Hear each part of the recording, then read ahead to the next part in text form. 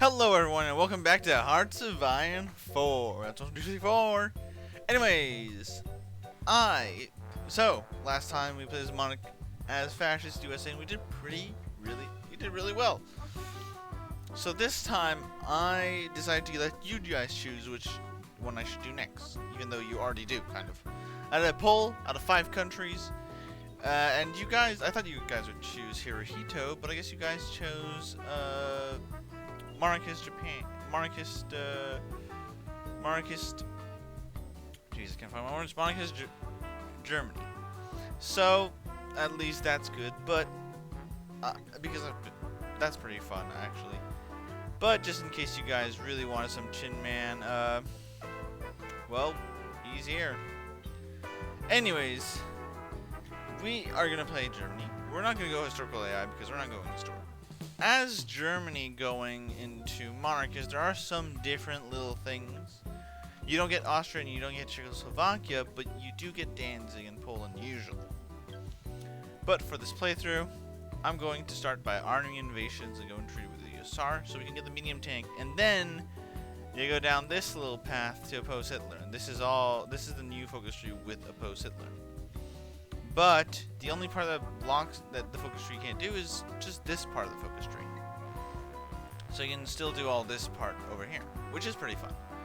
But I'm going to start with army innovation so that we can get those sweet little treats. While you're waiting for your focuses to do, you will get above political power. You want to keep it, you don't want to use it really because you want to use it when the war starts to give yourself an advantage. Of course, that's what you want to do.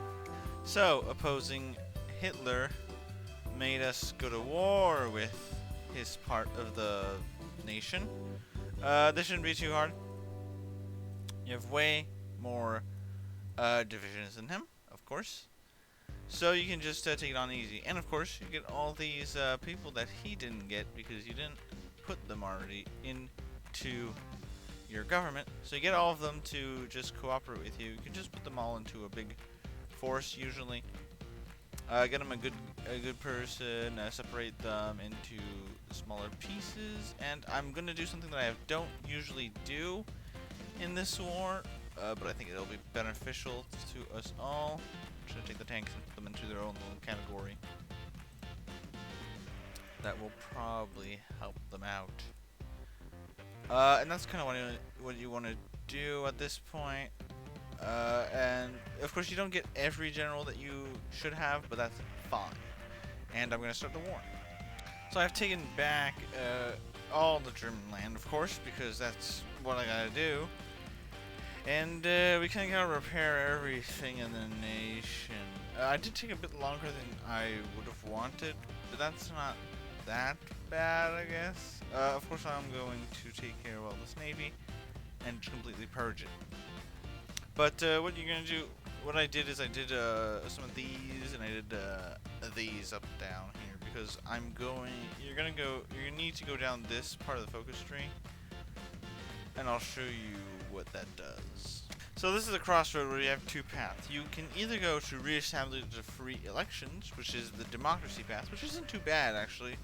It's better than most democracy paths. You get to go down you pretty much go to destroy the Soviet Union, and you get some. You get a faction to do. But there's also the more interesting and way bigger focus tree of the Revive the Kaiser, which I will do this one instead. Now here's the other crossing path that you get to do when you go this way. Now you can either choose to focus on the true enemy, which is against Britain, or expatriate the communists. So you get to choose one of these two. If you go to this one, you get to accept British D. You pretty much go to war with France still. That's kind of it. But if you go this one, you go back to World War I kind of thing. And of course, we're going back to the Kaiserreich, so now why not just go back to World War I, right? Everything went well on that timeline. So I just did Central Powers. As you can tell, I think you know exactly what we're going to do. But this time it won't fail at all. So we just assassinated the bad man. As you can see, he's gone now, and he's in our faction. He actually joined our faction. So did Romania. So as we are doing, we are just pretty much advancing towards the safe line, kind of. And what we mostly do is we go against France again, but they should be easier to take out this time. By the way, I did this thing called Rekindle Imperial Sentiment. What this does, it gives them, it upgrades their non-aligned, and at one point they can all form back into Austria-Hungary, which is pretty fun. He is pretty cool. So we're just gonna continue. So I decided to do it. I declared war on everybody that wronged me in the first time, and I did join pretty late, so this might seem different than other playthroughs and you might do that might be a bit sooner, I would say. So just do that probably. Yeah. So I've joined all these guys' wars, and that's how it's gonna go pretty much against the commentary and everything. So moving through France pretty easily, as you can see, Paris. So now I can pretty much force all my troops to go to the east to pretty much defeat the Soviets, which should make them capitulate. As you can see, I got pretty lucky with how everything went, because of course the British went black shirt again for like the 50th time, because they do that now, it seems, most of the time. And that makes things pretty easy, I would say. As you can see, I have a pretty good big fleet, 13 good ships. But yeah, so I'm just gonna, take out the Belgians still. I just need to do that real fast, and then I can force all my way through the Soviets. So it does seem we're gonna be able to clear